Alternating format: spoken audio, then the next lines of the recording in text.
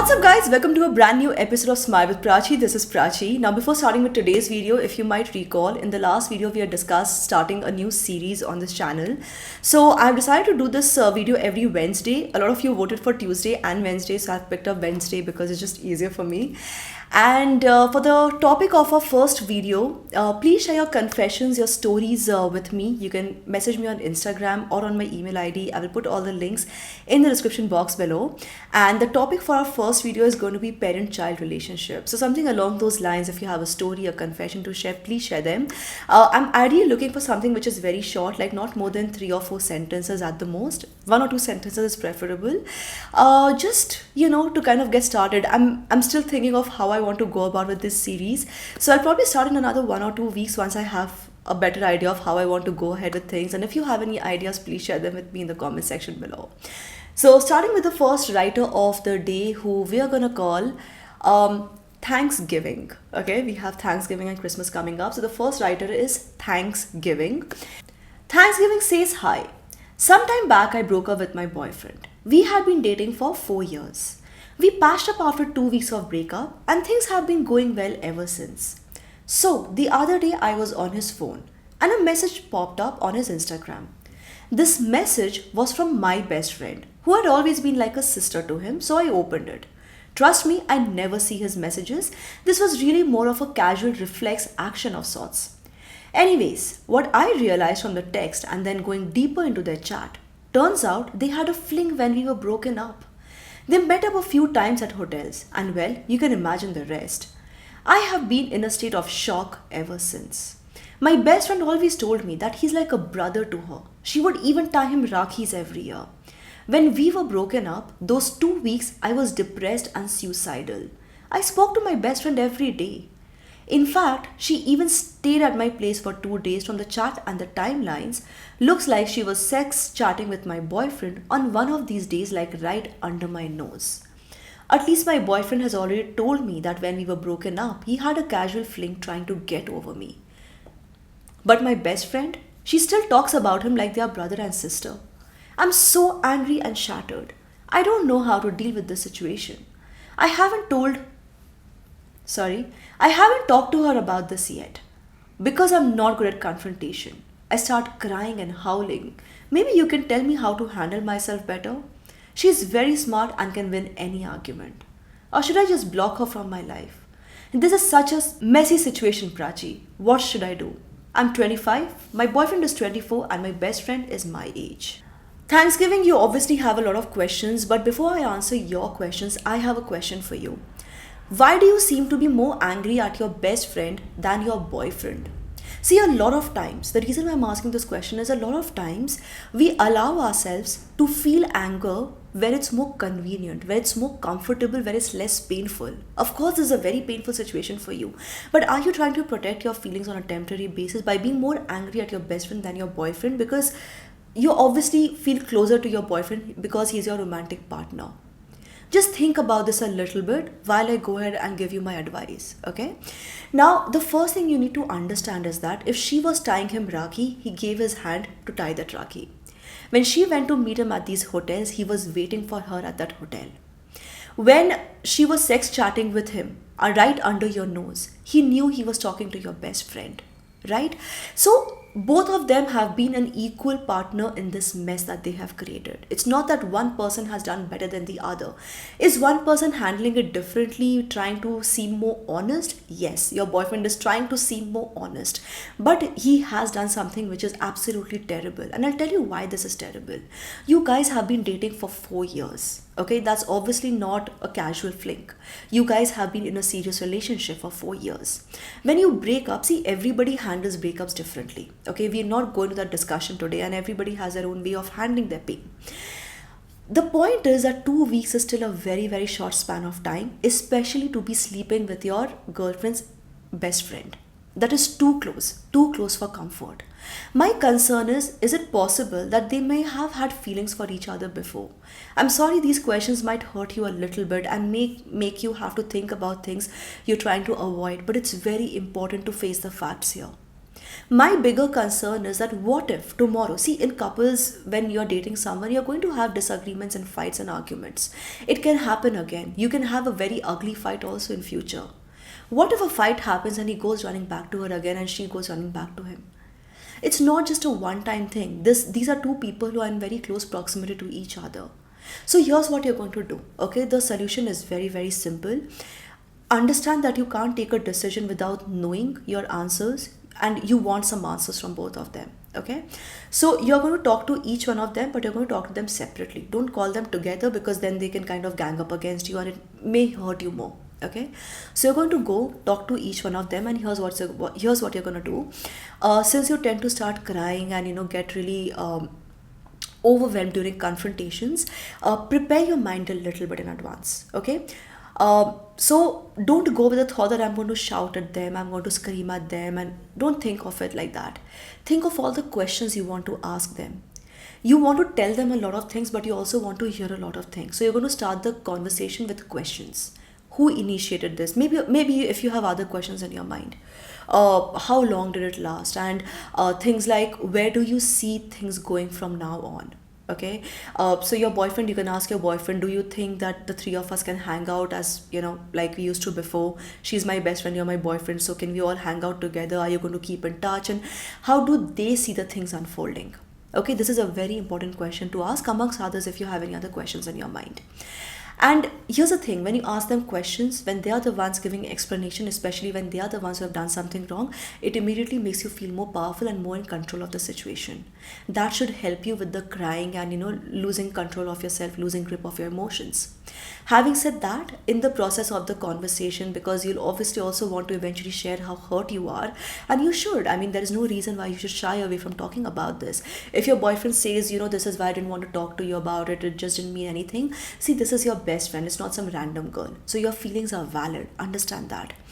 And when you're telling him that you're hurt and everything, and same with your best friend, when you're telling her that you're hurt and everything, take a lot of deep breaths in between, what you are saying. If you feel like you're not going to be able to control your thoughts or your feelings or your words, take a few deep breaths. Have a glass of water while you're talking. It helps, okay?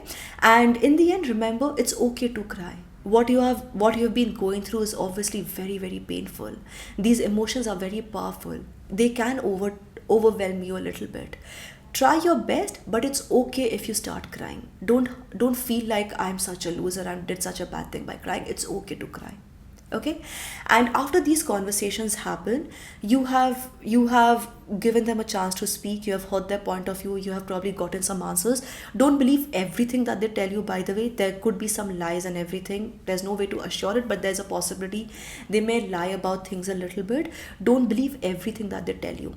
Listen to everything, but don't believe everything immediately. Go back home, give yourself lots of time to heal, to think about what they said and how you feel about it.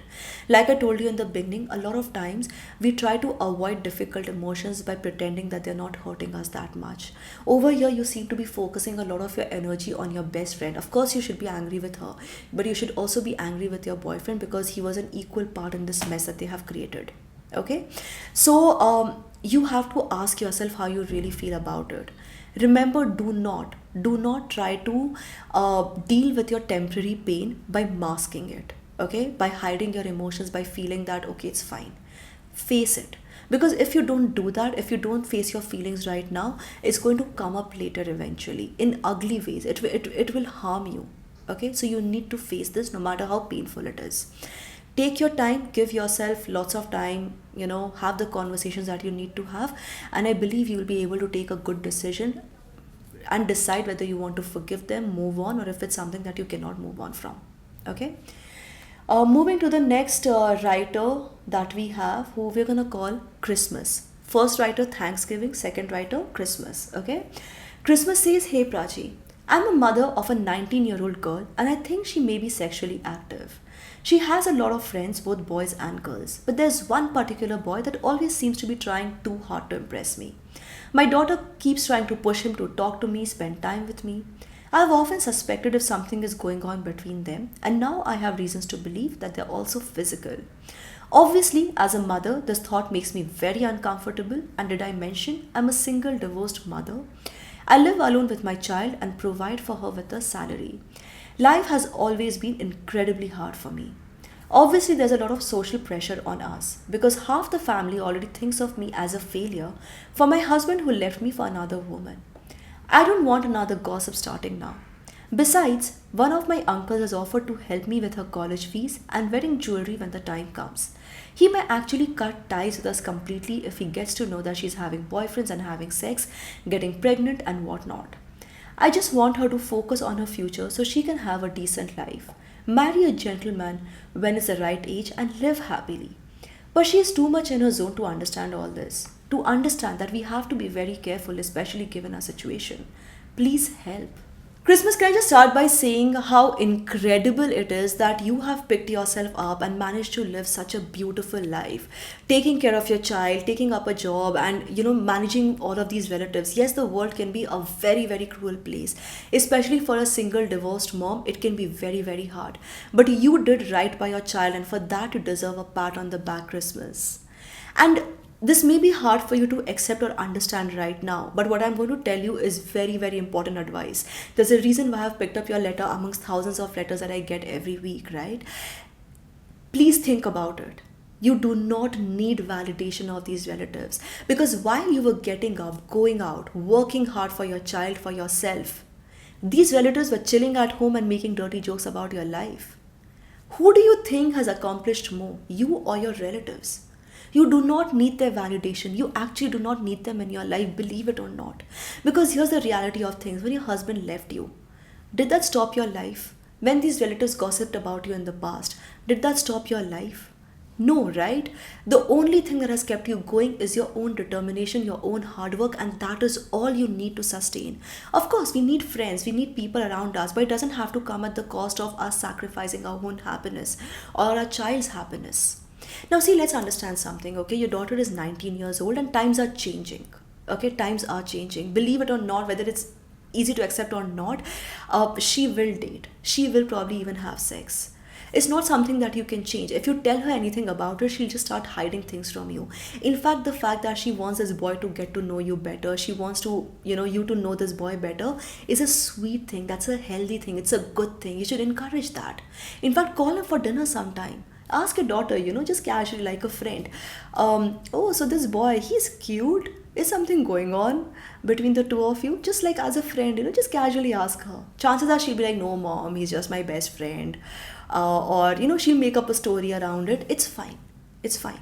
Let her tell you what she wants to tell you, but she also knows that you also know. And keep a good watch on this guy. Keep a good watch on your daughter. Okay, and let your daughter know sometime in the conversation that see, romantic relationships are very special. They're very important. Friends are also very important, but don't let anyone hurt you. Take it from your mom who has actually gone through so much in her own marriage. And if you ever feel like things are confusing or things are hard, you can always come and talk to me about it. I'll try my best to guide you. We all will make mistakes, but it's good if you know better how to protect yourself. See, here's the thing. Your daughter is a legal adult. She's 19. And I understand being a parent never stops. You will always be concerned for your daughter. But you can cut yourself a little slack here, now that she's 19. You can think of her as your friend. You guys can be best friends, two best friends living together, traveling, having fun, watching movies, going for dinners. Develop that relationship with your daughter. You will actually enjoy it more. And try and let go of your anxiety a little bit. I understand anxiety comes very naturally to people who have gone through so much. You have had a difficult life, no doubt about that. But you need to help yourself calm down. And for that, if you, by the way, need to go for therapy, I would absolutely, absolutely tell you to go for it. It will really help you. Okay? So here's what you're going to do. Have a good relationship with your daughter. Not worry about her wedding jewelry because honestly that doesn't matter. It doesn't guarantee a good life. And a good boy, a good family will not worry about dowry and jewelry at all. What guarantees a good life is that your daughter is independent, she's hardworking, she's confident, she knows how to handle conflicts, handle herself, things like that. These are the things that will define whether she's happy or not. Not a relationship, not a marriage, definitely not jewelry. Relationships and marriages are important, but what comes first is how she develops her own personality. So don't worry about it. You don't need to take big favors from relatives for this. Okay. And as for her college education, see, if some uncle is offering help, if it helps a daughter, it's okay. Otherwise, don't take such big favors, generally is what I would say. Because see, there are no free lunches. You take money from him, he will expect things from you guys. He will expect you to live by their rules. You don't want that, right? For your daughter and for yourself, it's not healthy. Instead, ask your daughter to go take up a side job. A lot of 19-year-olds are taking up side jobs these days. It will also help her learn about life, work ethics, professionalism. It's actually a good life learning lesson. Ask her to take a bank loan for her college fees if required. Half of the country is doing it. There's no reason why she can't do it. If somebody is helping, well and good, but if it's too much of a hassle, don't take that help. It's fine. And honestly, I would suggest this.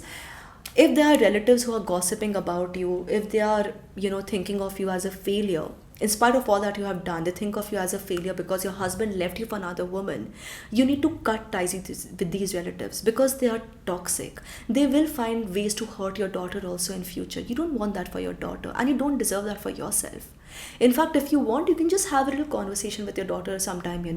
Say, I know you guys are dating and I'm happy that you're happy, but you know how our relatives are, they talk, right? So just keep some distance from them, don't tell them about it. If somebody sees you guys hanging out and if you think some drama is going to happen, just let me know in advance so I can handle it better. If you guys are really close, I hope you are being safe. If something goes wrong, you can always talk to me about it. Health issues, you can talk to me about it. Just let her know. At 19, I'm sure she already knows about safe sex, but if it's a conversation that you think you can have with your daughter, you want to have with your daughter, have that conversation instead. Okay. So yes, that's all I want to tell to my two writers of the day, guys. The first was Thanksgiving, the second is Christmas. Please share your comments in the comment section below. What advice would you like to give to them? And don't forget, from next to next week, Wednesday, we'll be starting with a new series. So share your own stories of your parent-child relationship, confessions, or stories that you cannot tell to anyone else. I could pick up a few letters and maybe, we could talk about things over there. So yes, guys, thank you so much for watching this video. Have a great weekend, everybody, and I'll see you all again next Saturday. Bye-bye.